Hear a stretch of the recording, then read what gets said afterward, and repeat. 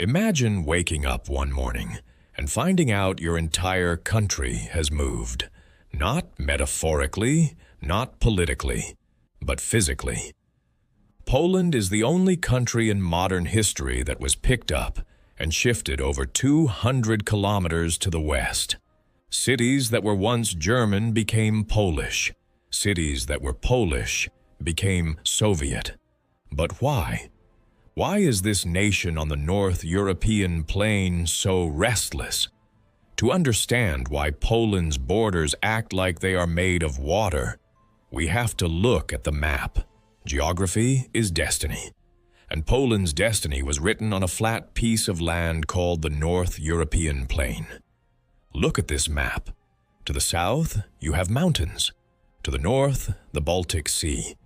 But in the middle, it is a vast, open corridor.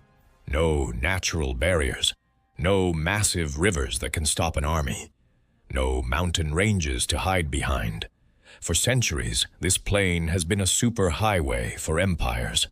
From the west, the Germanic tribes, and later, the Wehrmacht. From the east, the Mongols, the Tsars, and the Red Army. Because the land is flat, the borders are fluid.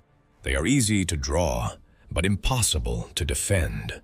This vulnerability led to one of the most tragic events in European history. In the late 18th century, Poland didn't just lose a war. It was eaten alive. Its powerful neighbors, Prussia, Russia, and Austria, decided that Poland simply shouldn't exist anymore. Piece by piece, they carved it up. First the outer edges, then the heartland. Until finally, in 1795, Poland vanished from the map entirely. For 123 years, there was no Poland. There were Polish people. There was Polish language. But the state? It was a ghost. It wasn't until 1918, after the chaos of World War I, that the ghost returned to the map. But even then, its borders were just lines in the sand, waiting for the next storm.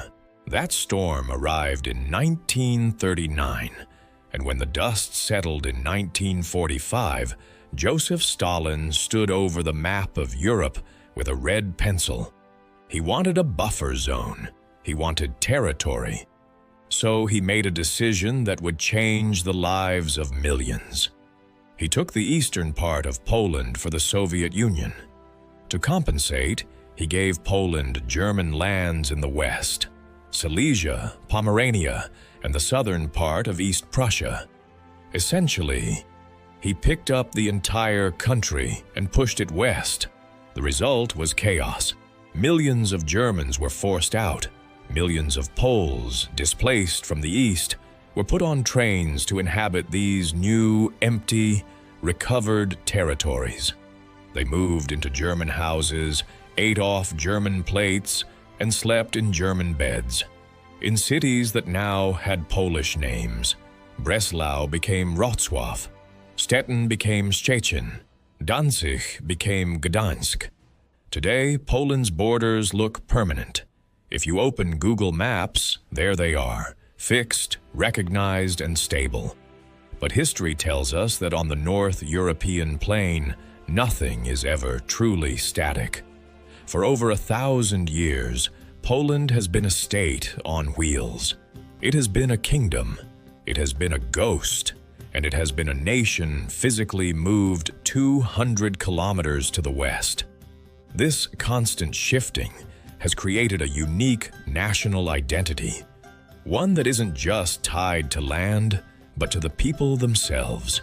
Because when your borders keep moving, you learn that a country isn't just drawn on a map. It's carried in the memory of its citizens. So, the next time you look at the map of Europe, remember, those lines aren't just ink. They are the scars of history.